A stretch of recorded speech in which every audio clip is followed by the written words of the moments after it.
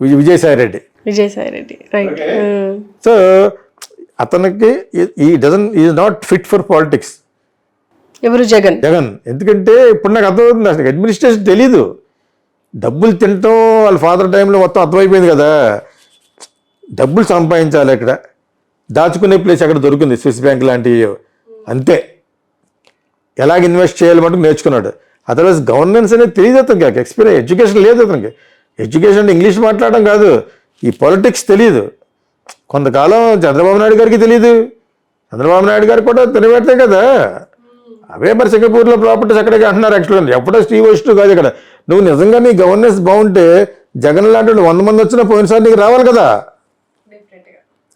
మీకు అర్థమైంది. ఇప్పుడు కేసీఆర్ ఎగ్జాంపుల్ తీసుకోండి. నువ్వు ఎదపోని చేసి మీ ఫ్యామిలీ అంతా లూట్ చేస్తారు కాబట్టి, లూటింగ్ అంటే తినేశారు కాబట్టి ప్రజలకు అర్థమైపోయింది, ఓటు వేయలేదు. మరి సిటీస్లో ఉన్న అర్బన్లో ఉన్న వాళ్ళు ఎందుకు వేసారంటే వాళ్ళకి చాలా పనులు ఉంటాయి నీ చేత. కేసీఆర్ కూడా ఒక 100 మంది తిరుగుతారు, నీ కూడా 100 మంది తిరుగుతారు, మీ అమ్మాయి కూడా 100 మంది తిరుగుతారు. వాళ్ళ యొక్క ఇన్ఫ్లుయెన్స్ ద్వారా నీకు అర్బన్ ఓట్లు వచ్చినాయి, విలేజ్ ఓట్లు వేయలేదు.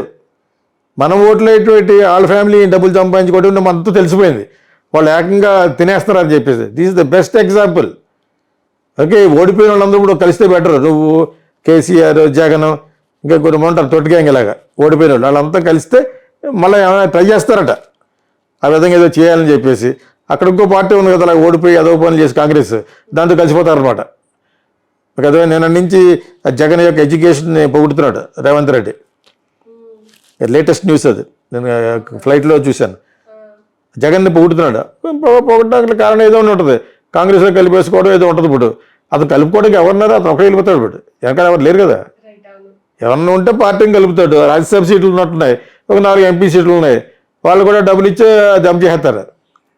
మీకు అర్థమైంది. ఇప్పుడు జంపింగ్ అనేది అది పొరపాటు అని లాలో పట్టుకొస్తే తప్పితే you are not suppose jump అని. ఈ జంప్ జలానీలు ఉంటారు, డబ్బులు ఇస్తే పడిపోతారు. 10 ఓట్లు ఇస్తాడు, జీవితంలో ఎప్పుడు సంపాదించాడు అది.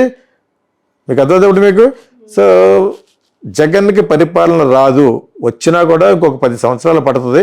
ఈ 10 సంవత్సరాల్లో అతను నేర్చుకోవాలి what is political, what is governance, ఎలా చేయాలి, డెవలప్మెంట్ ఉండాలి, ఇది ఉండాలి, ఎర్న్ చేయాలి. అది చంద్రబాబు నాయుడు గారికి తెలియదు మొన్నటి వరకును. తెలిస్తే మనం ఎందుకు ఓటు వేయకూడదు అన్నాను.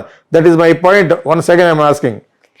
నువ్వు గొప్పగా చేసి ఉంటే నేను లాస్ట్ టైం ఎందుకు ఓడిపోయావు మరి? Tell me one good reason. ఇప్పుడు గెలిచిన వాళ్ళందరినీ అడుగుతున్నారు. నేను ఎవరికి ఎగ్నెస్ట్ కదా, అన్నింటిలో ఫ్రెండ్స్ ఉన్నారు. ఓకే, ఇంక్లూడింగ్ పవన్ కళ్యాణ్ అడుగుతాను, చంద్రబాబు నాయుడు గారిని అడుగుతాను, అందరిని అడుగుతున్నాను. Last time I did you, అప్పుడు అప్పుడు ఏమన్నారు, ఇతను ఏదో ఈవీఎంలో చేశాడన్నారు. ఇప్పుడు ఇతను అంటున్నాడు మీరు ఏదో ఈవీఎంలో ట్యాప్ చేశారని. ఇవి పక్కన పెడితే వై డిడ్ యూ లూజ్? ఇటు అంత ఘోరంగా ఎందుకు ఓడిపోతావు? అంతకు మించి ఘోరంగా ఇప్పుడు ఇతను ఓడిపోయాడు. కర్మ అనేది ఒకటి ఉంటుంది, అది పక్కన పెడితే ఇతనికి అడ్మినిస్ట్రేషన్ తెలీదు. గవర్నెన్స్ ఇలా చేయాలని తెలిస్తే అమరావతిలో అట్లా బొక్కలు వచ్చి చాలా ఎలా వదిలేస్తాడు? అమరావతి ఒక క్యాపిటల్ అంటున్నావు, విశాఖపట్నం అంటున్నావు, నేను నిజం అనుకున్నాం మేము, కర్నూలు ఒకటి అంటున్నావు. ఆ 3 చోట్ల సమానంగా డెవలప్ అవ్వాలి కదా. సమానంగా చేయకుండా వదిలేసాడు. ఎంత పరమ చెత్త అంటే అలా ఎవడన్నా వదులుతాడా?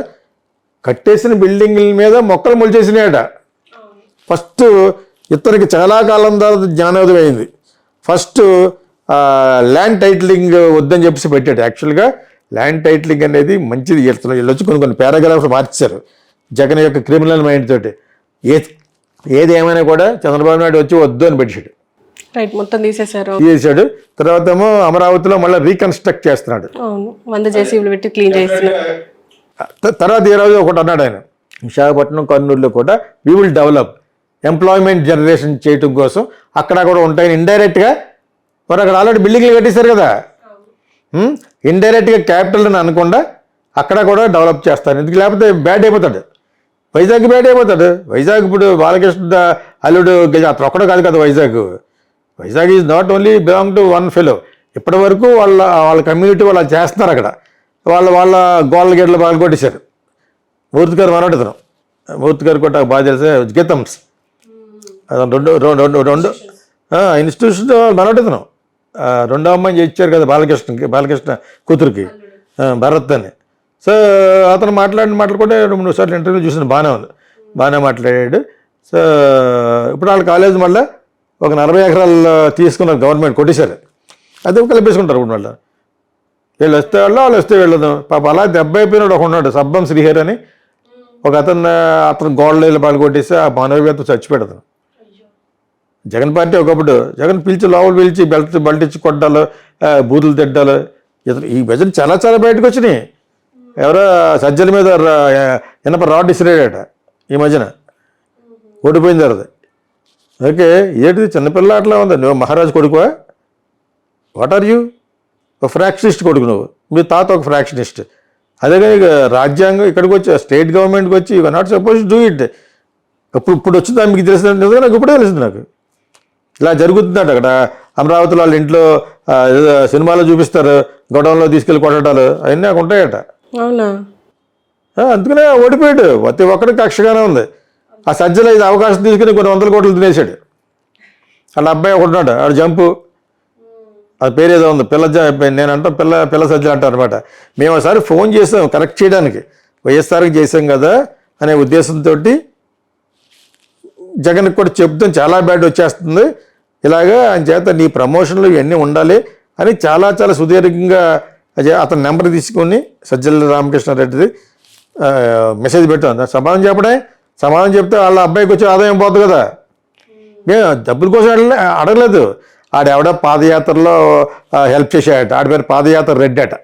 అవి వైజాగ్లో ఉన్నాడు ఒకడు. వాడు వచ్చి దాన్ని ఎప్పుడో ఏదో సందర్భంలో కలిశాడు హోటల్లో. మేము వర్క్షాప్ చేస్తున్నాం ఆంధ్ర యూనివర్సిటీలో. కలిసినప్పుడు ఏమోయా అంటే ఇచ్చాడు, నెంబర్ ఇచ్చాం. నా దగ్గర ఆల్రెడీ ఉంది. అది సమాధానం చెప్పడే. నువ్వు నిజంగా జగన్ శ్రేయస్ కోరి వైఎస్ఆర్టీపీ శ్రేయస్ కోరితే నేను I'm a prominent figure than you, నీకంటే ప్రామినెంట్ నేను. నువ్వు నిన్నగా మనం వచ్చావు సాక్షిలోకి. సాక్షి వచ్చే 30 ఏళ్ళ క్రితమే I was an award winning director. అదే ఆయన తెలుసు నాకు అన్నాడు. అంత చెప్తే ఆడితో మాట్లాడుతున్నాడు. ఆ పదయాత్ర రెడ్డి అట్ట పడతాడు, నాతో మాట్లాడలేదు. మరి వాట్ డస్ ఇట్ మీన్? నువ్వు ఏ కోసం అసలు ఇతను ఓడిపోవడానికి సగం కారణం ఈ విజయసాయి రెడ్డి, ఈ సజ్జల, వీళ్ళందరూ వీళ్ళే. అతను భయపడి చంపేస్తారేమని భయపడిపోయి ప్రెస్ మీట్కి వచ్చేవాడు కాదు. చాలా పిరుకోడు అతను. సజ్జల జగన్ చాలా చాలా పిరుకోడు. నాకు అర్థమైపోయింది ఇప్పుడు. ఒక సామాన్యుడికి ఉండే ధైర్యం కూడా లేదు. ఎందుకు అవాయిడ్ చేసేటప్పుడు ప్రెస్లో ఏంటనే భయం. అతను ఫ్రాక్షనిస్ట్ కదా, అతనిలో క్రిమినాలిటీ ఉన్నది కాబట్టి అదే విధంగా ఆలోచించుకున్నాడు. నిజం కూడా అంతే.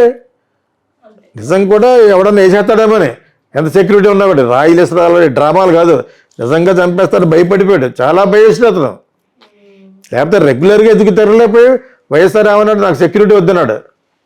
వాళ్ళ ఫాదర్ కూడా ఫ్రాక్షనిస్ట్, దుర్మార్గుడు రాజారెడ్డి అన్న అతను. మరి అయినా కూడా ఇతను వేరేగా పెరిగాడు. ఇతను వేరేగా ఇమేజ్ తెచ్చుకున్నాడు డాక్టర్ కన్నా. సీఎం అయిపోయిన వెంటనే నా గురించి జంక్షన్లో కార్లు ఆపడాలు వద్దు, ప్లస్ నాకు సెక్యూరిటీ వద్దంటే బ్యూరోక్రేట్స్ వద్దన్నారు. అలా ఉండకూడదు సార్, ఉండాలన్నారు. మినిమం పెట్టిందంటే నాకు ఫుల్గా వద్దన్నారు. అదేవిధంగా హెలికాప్టర్ ఎక్కినప్పుడు కూడా మామూలుగా ఎక్కేసాడు, చిన్న లావడేదో టిఫిన్ ఇస్తేనే. అతని యొక్క మెంటాలిటీ వేరు. ఓకే, అతనికి ఫ్రాక్షనైజింగ్గా వాళ్ళని చేయాలి. ఏదో కాంట్రిబ్యూట్ పొజిషన్లో ఉంటే ఉండని వేసి ఉంటారు తప్పితే వాళ్ళు ఎవరు తక్కువ కాదు. కానీ వైఎస్ఆర్ చాలా తక్కువ ఆ విషయంలో. మీకు అర్థమైందా? అందుకని అంతకాలం ఉండగలిగాడు. మరి ఎందుకు పడిపోయాడంటే మళ్ళీ కర్మ అది. నేను పడగొట్టేశారో పడ్డావా అనేది కర్మ వీళ్ళు దట్ మనకు తెలియదు ఆ అకౌంట్. బట్ ఇతను చాలా బయస్ట్. ఎందుకంటే ఇతను ఇంకొకటి చంపేసే తత్వం ఉంది కాబట్టి, ఓన్ బాబాయ్ని చంపేసి ఆయన చంపేసే తత్వం ఉంది కాబట్టి ఈ was so scared. Shit scared షోలో ఇతను భయస్తుడు. నీ మొక్కల్లో ఒక కవళగిల్లో తెలిసిపోతుంటేనే నువ్వు భయస్తుడని. ఇంకా నువ్వు చీఫ్ మినిస్టర్ ఏంటి? ఒక పక్కన అనుక్షణం లోపల బెయిల్ మీద వచ్చినది ఒకటి ఉంది, అది పక్కన పెట్టండి పోనీ. సరే ప్రజల్లో అయినా మనల్ని తెచ్చుకున్నామంటే లేదా ఒక పేదవాళ్ళకి డబ్బులు వేసి వాళ్ళు ఓటేస్తారంటే వాళ్ళకి అర్థమైపోయింది 7 గంటలు ఇతని కంటే ఎక్కువ వేస్తాడన్నాడు అతను. అక్కడ లేబర్ మెంటాలిటీ చూపించుకున్నారు వాళ్ళు. అక్కమ్మలో చెల్లెమ్మలకి నేను వేసాను కదా, మీరు నాకు ఓటు వేసాను, ఇదే అక్కమ్మలే చెల్లెళ్ళకి నేను రెట్టింపు వేస్తానన్నాడు ఆయన. అన్నాడా? వేస్తారు. ఎవడైతాడు మాకు? ఇంకో 10,000 ఎక్కువ వస్తుంది కదా. అని చేత the moral of the story is people will always be on money side. అందరి దగ్గర తీసుకున్నారు, ఇంక్లూడింగ్ జనసేన. ఈసారి జనసేన కూడా డబ్బులు ఖర్చు పెట్టింది. మీకు అర్థమైనప్పుడు మీకు ఆ నుంచి ఖర్చు పెట్టింది చాలది.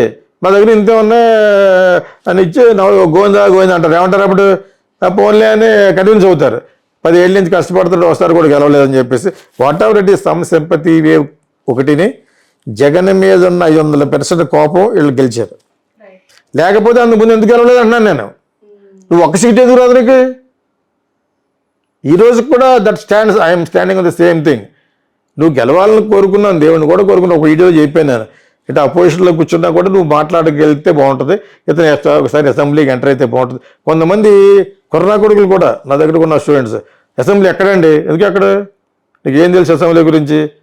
పవన్ కళ్యాణ్ మీద కోపం తోటి, అదో కమ్యూనిటీ అది, ఆ కమ్యూనిటీలో అందరూ కింద మూసుకోవాలి ఇప్పుడు.